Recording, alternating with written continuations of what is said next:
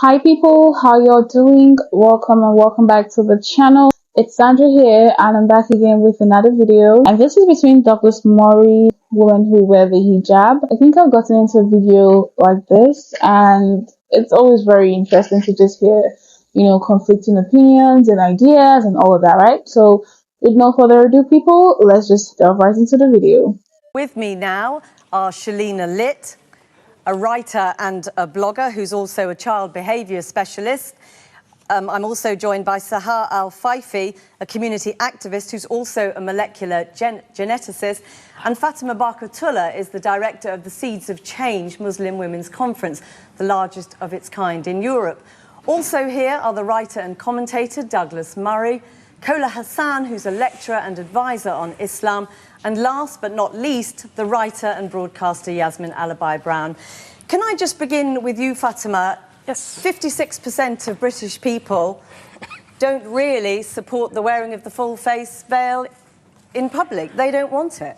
Well, I think it depends on where you take the poll, really, because, something that I've recently launched is a project called Secrets of a Muslim Woman, and it's all about letting people know why we do what we do, because I think a lot of it is to do with not really being familiar with it. I mean, my message to the British public is that you've got nothing to fear. This is a piece of cloth. They don't feel that, though, do they? Because elsewhere in this poll, a majority said they don't know how to relate to a woman wearing a full face veil. I think, the people who have actually interacted with women who wear the face veil, people who work with them. I mean, we're in East London today. In East London, the veil is practically, normal on the streets of East London.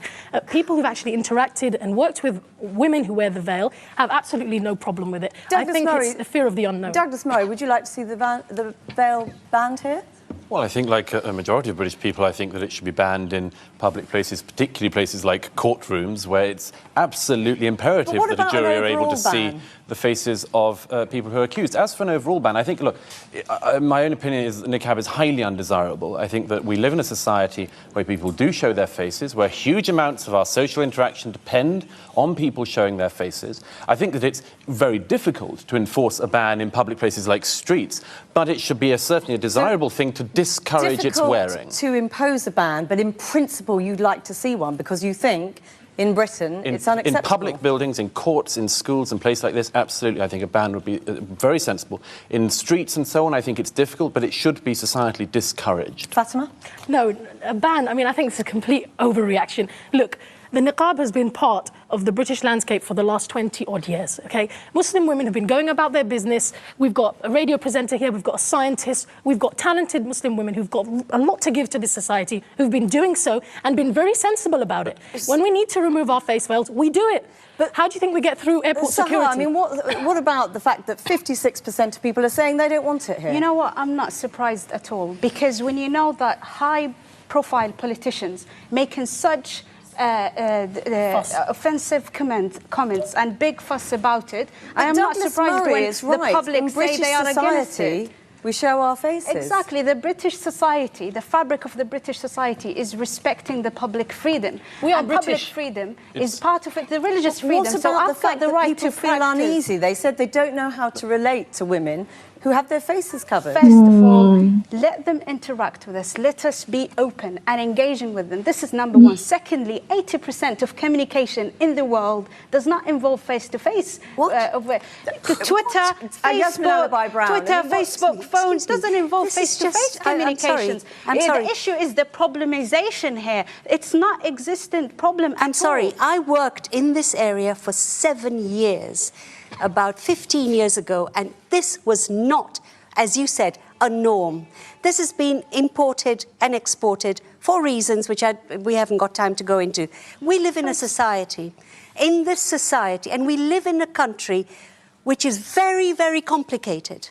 And to shut yourself off as if the rest of us are infections and cutting... How are we shut off? This is the meaning. We are engaged. We are active. How are we shut off? Shalina, you have said that in engaging with your elderly white neighbour who feels uneasy, sometimes you remove the veil. When you work with children, you remove the veil. Isn't that an acknowledgement that it is difficult for people to engage with women who have their faces covered? Yeah, I think it is. And I also honour what Douglas Murray has just said. He couldn't actually feel comfortable, and you know, I'm making a presumption here, but you couldn't say, let's do an outright ban. And that's great, because I understand you look at social cohesion. It's about looking at, let's isolate it. Whose discomfort are we going to favour? Because if I lift my veil, I'm then uncomfortable. And we've favoured someone's discomfort. We live in a society, but I don't believe in the French ban. I don't think you should do that. But why absolutely, not? If you're opposed to it, no, if you I think there is it's... a very simple way of saying, and a non-racist way of saying, in public institutions, everybody, whoever they are, must show their faces. It's Muslim exceptionalism that is becoming the problem. No, it's not. If we have the same rule for everybody, and at home, on the streets, I don't want people stopped. Okay. We accommodate religious expression in this country. You know, Jehovah's Witnesses who don't want blood transfusions, Sikh people who want to wear turbans. We make exceptions, you know, in certain situations. And so, look, you know, I really want to reach out to the public and say, you've got nothing to fear from us. But take We're up British. I was born in this country. I love this country. Take up Yasmin's point that this is about exceptionalism.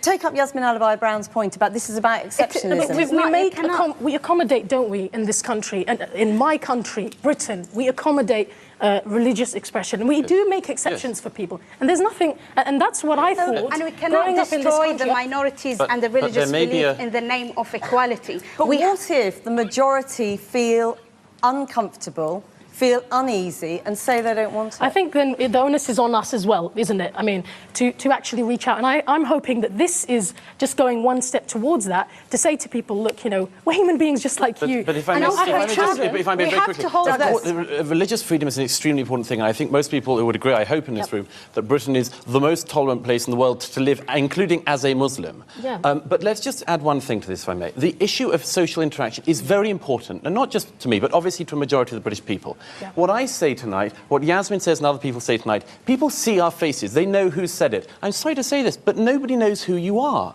They can hear your name, they can't see you. If I say something stupid on television tonight, people know it's me saying it. If you do, with all due respect, you can disappear and no one knows. No, we're not disappearing. What does this say? The meaning of this thing is extremely important to address. The meaning of this thing is women are by nature dangerous to men and society.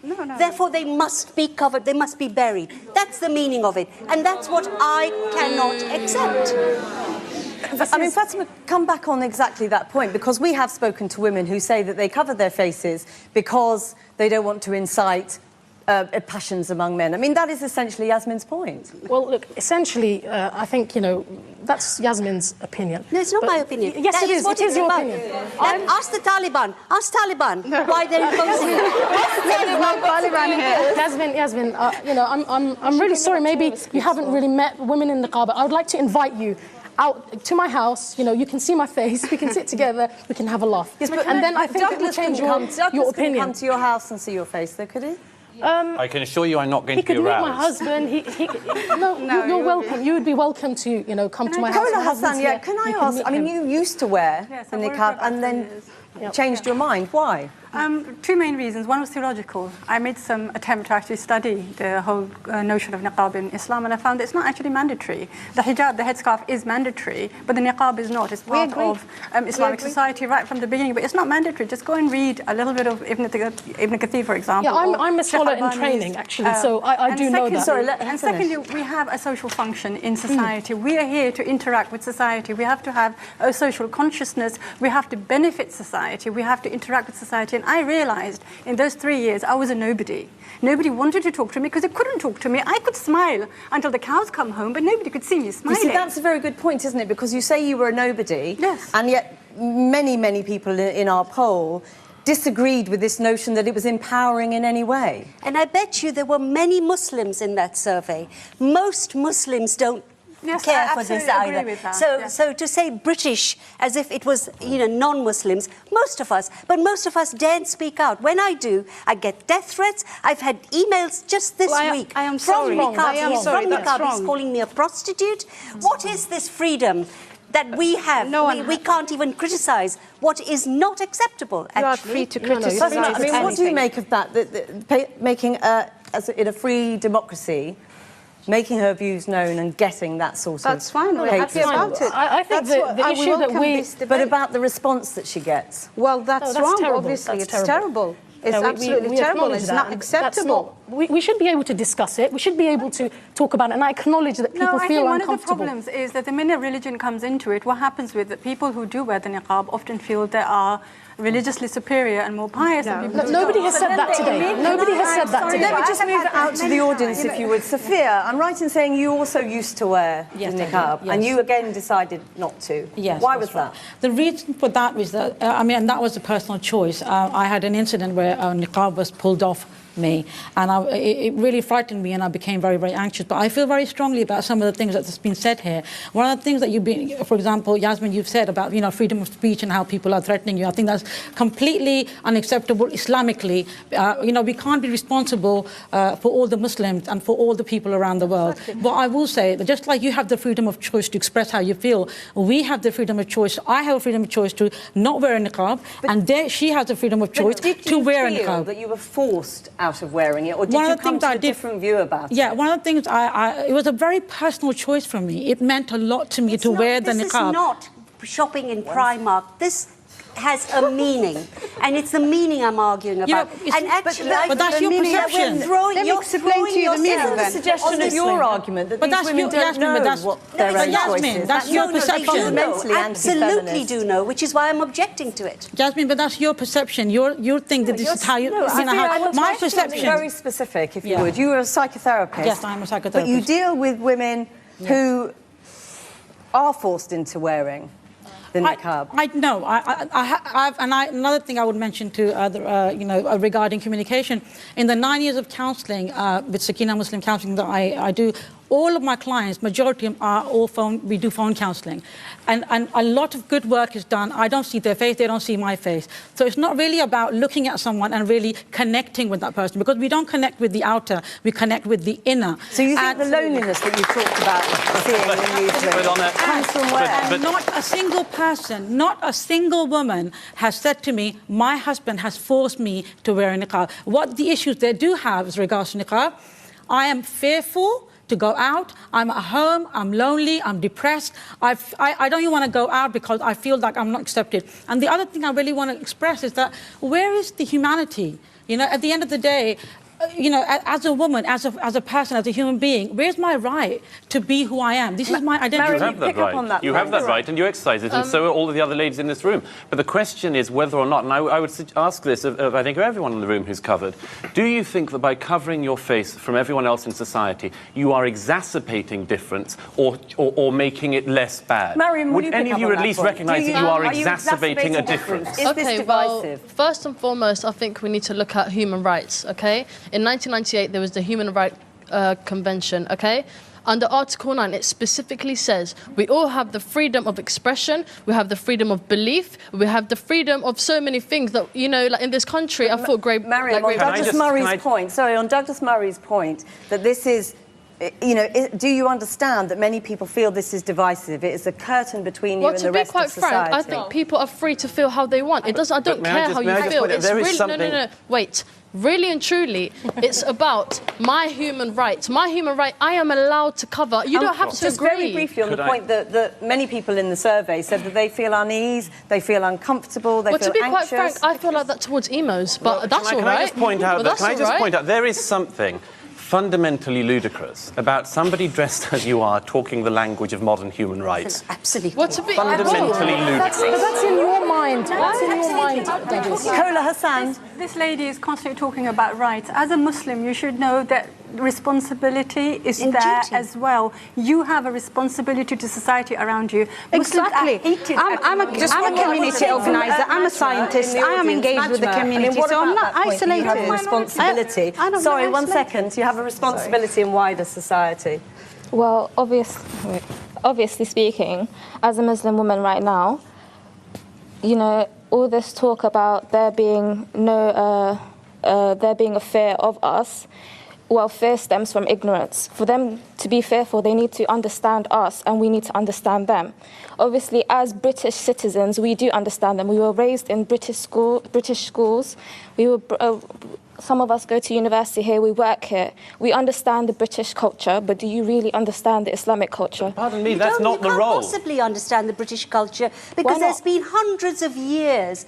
And my mother's generation, because I too am a Muslim, my mother's generation, they were beaten, bullied and burnt because they wanted to get rid of all of this and be seen as proper equals. You're betraying that history. And this country fought for women's rights. And you've now taken us back to the dark ages. I'm sorry, but... Can I just take it from Shabita? Yes. You are a doctor within the NHS. Too. 1 second, please. You are a doctor within the... Excuse me, can we all listen to each other? You're a doctor in the NHS. Yes, I am. And obviously that is one of the very public places where a ban, if it were to be considered, that Well, first of all, I would like to say that calling for a ban on niqab in NHS is actually talking about an issue that does not really exist. Because me and my friends, have been contacting a lot of doctors all across the 4 countries of United Kingdom, and none of them have ever come across a doctor who actually observed the face veil within NHS, or even a nurse. Exactly. So I don't really see that why an issue that does not really exist is actually being addressed. There is no one, or no doctor or a nurse who actually wears the niqab in NHS. Just very, even very myself, on that point, because isn't that an acknowledgement that there is a difficulty for many people, that patients would find it uncomfortable? No, it's not actually like that, because I am not given a choice to wear it within NHS. When I know it as a fact that if I wear my face veil and go to a job interview, I will never be taken up for a job. How is it to ask, you all here, how is it that you say it's an absolutely fundamental, you have to wear it, it's a right, it's a necessity upon you, but yet you say you go through an airport and it doesn't matter if you lift it? Is it so negotiable? In France, many of the women who said we cannot go out if we don't wear it have taken it off. Can I just say, Shalina. There is a place where we have the right to exercise our right. And if this was a school or a playground, as far as I'm concerned, the bullies are winning here. There is a majority of people who have the power and resources to put out there an image about the niqab. I teach in schools, and I said to a young bunch of children, I said to them, if somebody came into your school, a boy, and he had nail varnish on, and he had high heels on, and you seen him getting bullied, would you defend his right to be the way he was? Or would you ask him to change the way that he's dressed? Now, this is what I'm saying is, I said that I respected the fact that in context, you said in a courtroom, in the classroom, or in public settings where there are people who have got mixed opinions, that we should have policies and procedures that control these things. But being in Britain, I'm proud to be British. Just very briefly, can I ask you, Sahar, many of the women who came forward to talk to us today are very young. And actually, one of the questions that I think a lot of people ask is, we've looked at Afghanistan and we've heard stories of women who have burnt the face veil and are terrified of the prospect of having to wear it again. Yeah. And they just don't understand how young women in Britain want to wear it here. Very briefly, if you can. Well, I started wearing the niqab at a young age, and the reason is after a research. It's a long spiritual journey. I found out that when I wear the niqab, I'll be closer to God. It's an act of worship, it's an act of modesty, and it's liberating and dignifying.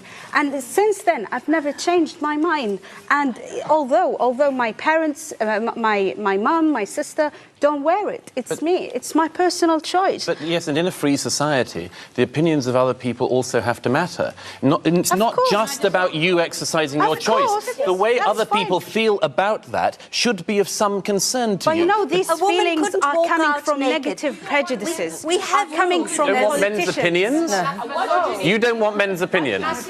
I'm sorry, we are going to have to... Okay, so we did get into that, and I truly wanted to get into this because there was the question I want to point out, right? So I'm going to be picking on the part where, the speech she gave about, the lady on the brown niqab gave about like her family not practicing wearing the niqab, but she wears it because, after her research, she found solace in it, she found dignity in it, and she found to be closer to God. So it's her decision to wear it.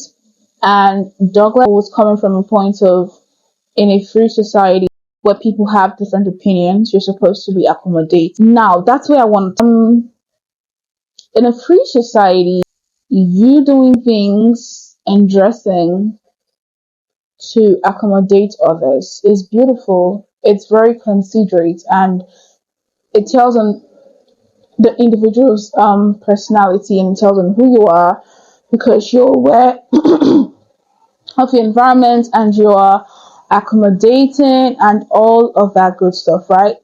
But should it be some sort of like demand? Because I don't think this whole debate came on the approach of a plea. It came more of the approach of more like a demand, right? And I don't think it should be a demand. And even if it is it only specific to the niqab wearers? Because there are like a lot of other people who dress in a very offensive way, non-Muslims, and they dress in a very offensive way, in a very uncomfortable way to people. But you see them saying, oh, this is my life, I have the freedom to do this, I have the freedom to do that. And I'm just not wondering, where could Douglas actually be coming from? Is he coming from a general stance or like a specific stance to the Muslim or the niqab wearers?